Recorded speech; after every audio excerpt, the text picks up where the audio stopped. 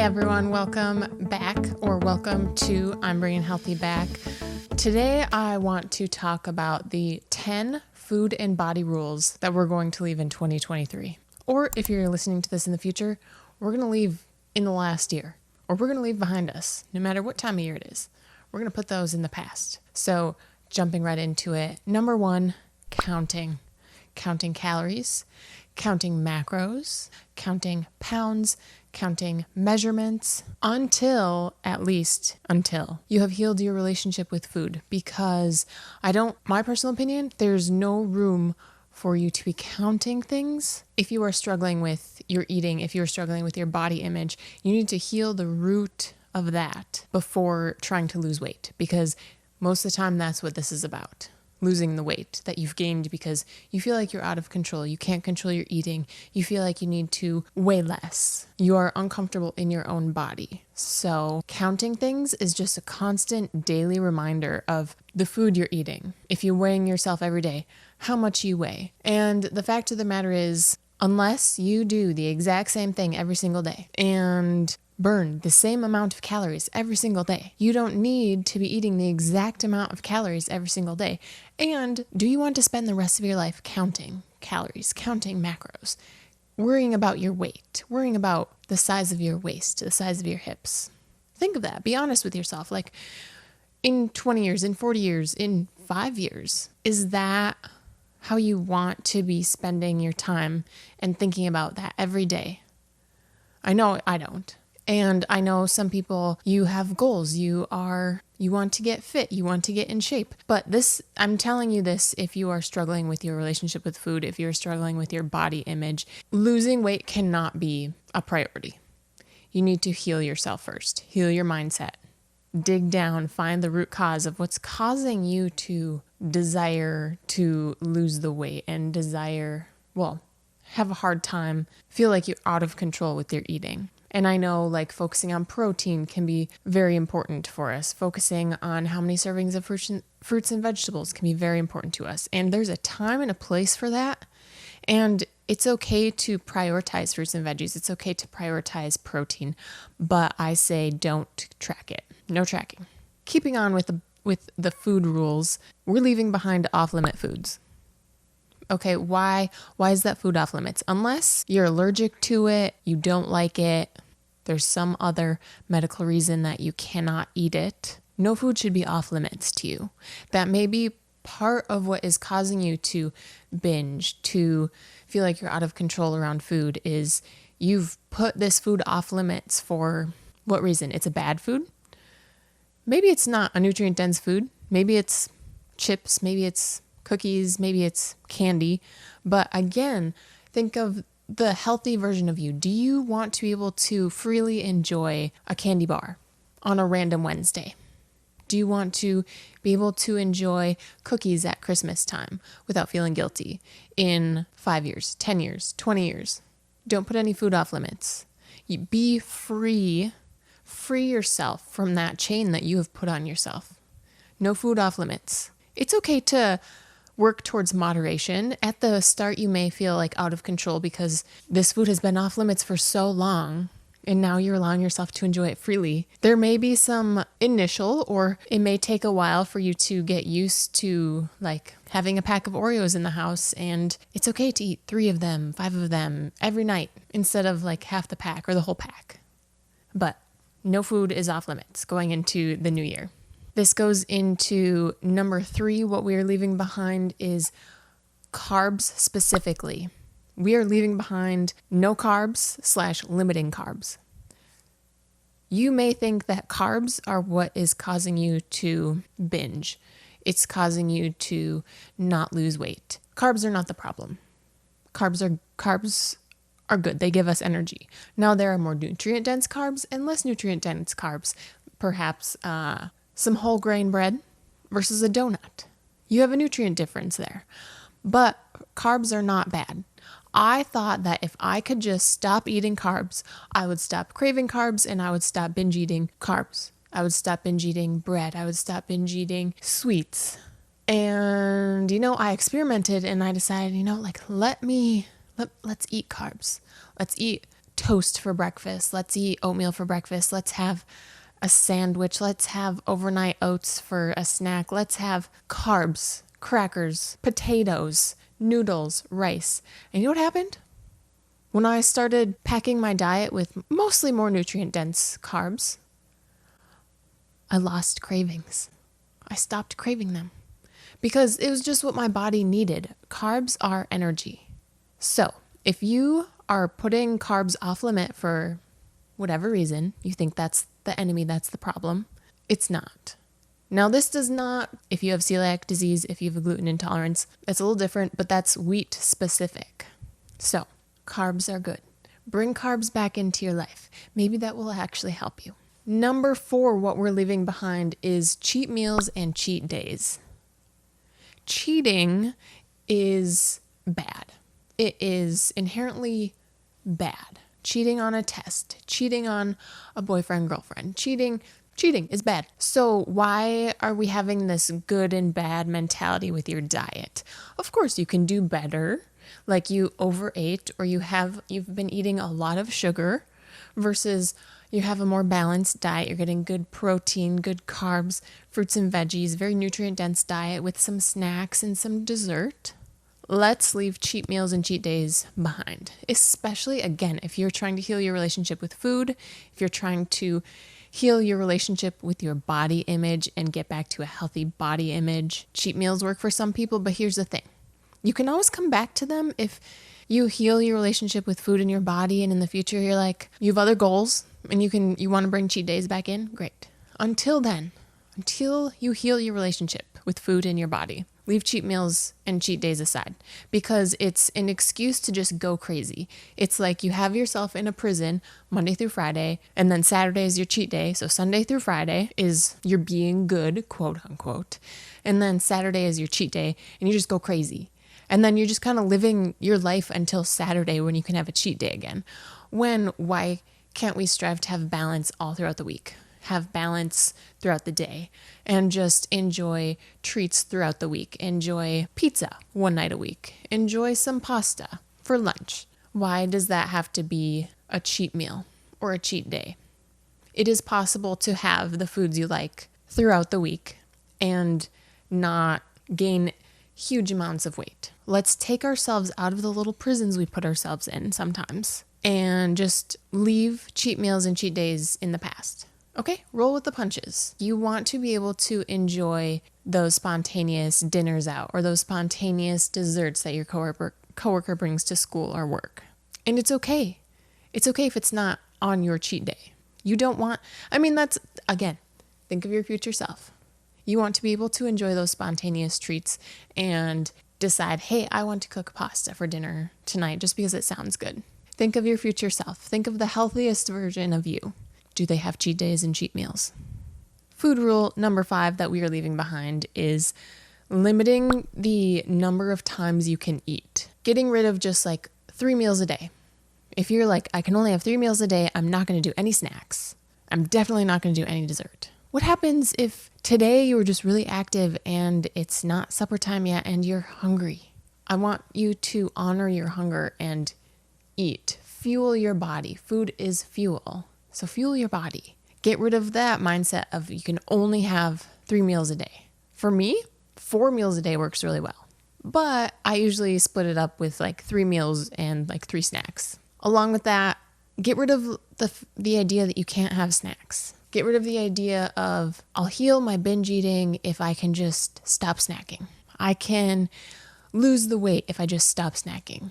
Maybe, what if you can heal your relationship with food, heal your body image if you just honor your hunger? Maybe that's why you binge eat, is because you are not honoring your hunger. That might not be the only reason, but that could be a contributing factor. And then in the same vein, telling yourself you can't have dessert or you can only have dessert once a week. Something that helped me heal my relationship with food is getting rid of my food rules and allowing myself to have dessert every day if I want it, because it put me back in control. And that might seem the opposite of what I'm saying, but those rules, those chains, that bondage that I was putting myself in, saying like, if I can just stop, eating dessert. I will stop binge eating. When in reality, the dessert wasn't the problem. It was just, I was trying to pinpoint what the problem was. It's not the food. The food is not the problem. So that is an encouragement to find the root cause of why am I using food? Or why do I have a poor body image? Like what's my goal here? So that takes us into the body rules that we want to leave behind. Our sixth rule that we are leaving behind is we're going to stop keeping the clothes that are in our dresser, that are in our closet, that we hope to fit in one day. Now, I have faith that you are going to heal your relationship with food, with your body image, and you are going to get to a healthy place in your life. But keeping that pair of jeans, that dress, that top, whatever it is, because you're like, I am going to fit in this one day, is just a reminder that, I don't fit into it yet. Why can't I fit into it yet? Meet yourself where you're at. Purchase and wear clothes and keep clothes in your closet that fit you now, that you are comfortable in now. Don't keep around the reminder that you used to be able to wear that size. What good is that doing anyone? It's probably not doing you any good. It's just taking up space, and it's a piece of clothing that someone else might like. Sell it, donate it. Rule number 7 that we are leaving behind. We are going to stop having a goal weight. What if you are wrong about your goal weight? What if that's not the number that your body is comfortable with? What if you start working out and you put on a bunch of muscle and that causes you to be heavier than if you didn't have that muscle, but you may be the same clothing size? And where did you get this goal weight from? If you're trying to heal your relationship with food and your body image, again, it goes hand in hand with leaving behind measuring yourself, weighing yourself. Are you going to have a daily, weekly reminder of where you're at? Now, sure, if you have a healthy relationship with food in your body and you want to measure where you're at, fine. But I'm talking to the people who are struggling with binge eating, disordered eating, really bad body image. They're just not confident. Until you heal your relationship with food in your body, don't have a goal weight. Your goal should be your health. A healthy mind, a healthy body. Strong, well-fed, with plenty of nutrients. A strong and healthy mind. Eating well, moving your body, sleeping well. That should be the goal, not your weight. Plus, who cares? We're leaving behind goal aesthetics. You see people on Tumblr. Do people still go on Tumblr? Tumblr, Instagram, YouTube, and they are very lean and they're very toned or they're very muscular. I want you to achieve a strong, healthy body, but I more so want you to be loosed of the chains that are confining you to food, to your body and how you perceive it. Plus, those people you see with that body that you want, you may never look like that just because of how your body is made. I remember back in the day looking on Tumblr, and this is when I was struggling with my relationship with food and with that my body image. And I saw these girls who were in the gym and they were probably fitness models. Let's be honest, they were probably fitness models. And I was like, I want to look like her. But the fact of the matter is, I'm probably never going to look just like her because of the way the good Lord knit me together in my mother's womb. That's just not my physiology. That's not my body's makeup. That's not how my muscles are exactly laid out. That's not my bone structure. So instead of trying to be like someone else, try to be a stronger, healthier version of you. And again, I just want you to have a strong mind, strong body, healthy mind, healthy body, not being obsessed with food, being obsessed with how your body looks. Number 9, let's leave behind fashion trends in the gym, out of the gym, that you just aren't comfortable with. You don't have to wear the baggy jeans. You don't have to wear the skinny jeans. You don't have to wear the crop top. You don't have to wear the biker shorts. You don't have to wear the volleyball spandex. You don't have to wear just a sports bra in the gym. You don't have to wear what makes you confident and that you are comfortable in. When I was in high school, the fitted tops were in. And as I got into my last 2 years of high school, I really struggled with that because I was not comfortable in my body. I didn't like my shirts clinging to my belly. I didn't like how my jeans, because high-waisted jeans were not in at the time. So I didn't like how my jeans, where they sat on my hips, where like the love handles section was, like I was just like consumed with like not wanting lumps and bumps. Our bodies have curves. Our bodies have divots. Our bodies have bones and fat and muscle. And it's nothing that we should be ashamed of. And it's something that we should dress our body well. Wear what fits you. Wear what you're comfortable in. Wear what you're confident in. Don't wear things just because it's a trend. And going into number 10, don't wear things just because other people do. Number 10, what we are leaving behind is being thin for other people. People who may not even know you, may not even notice you, may not pay attention to you, and being thin for people who do know you, who do notice you. Like, why do these people want you to be thin? I understand some people's family, some people's friends are like this. Family, you can't help, especially if you live at home. But if you don't live at home, it's up to you. I'm not going to tell you what to do. The caveat is like someone wants you to be healthy. They love you. They want you to be healthy, and they don't know how to express that in gentle, kind terms.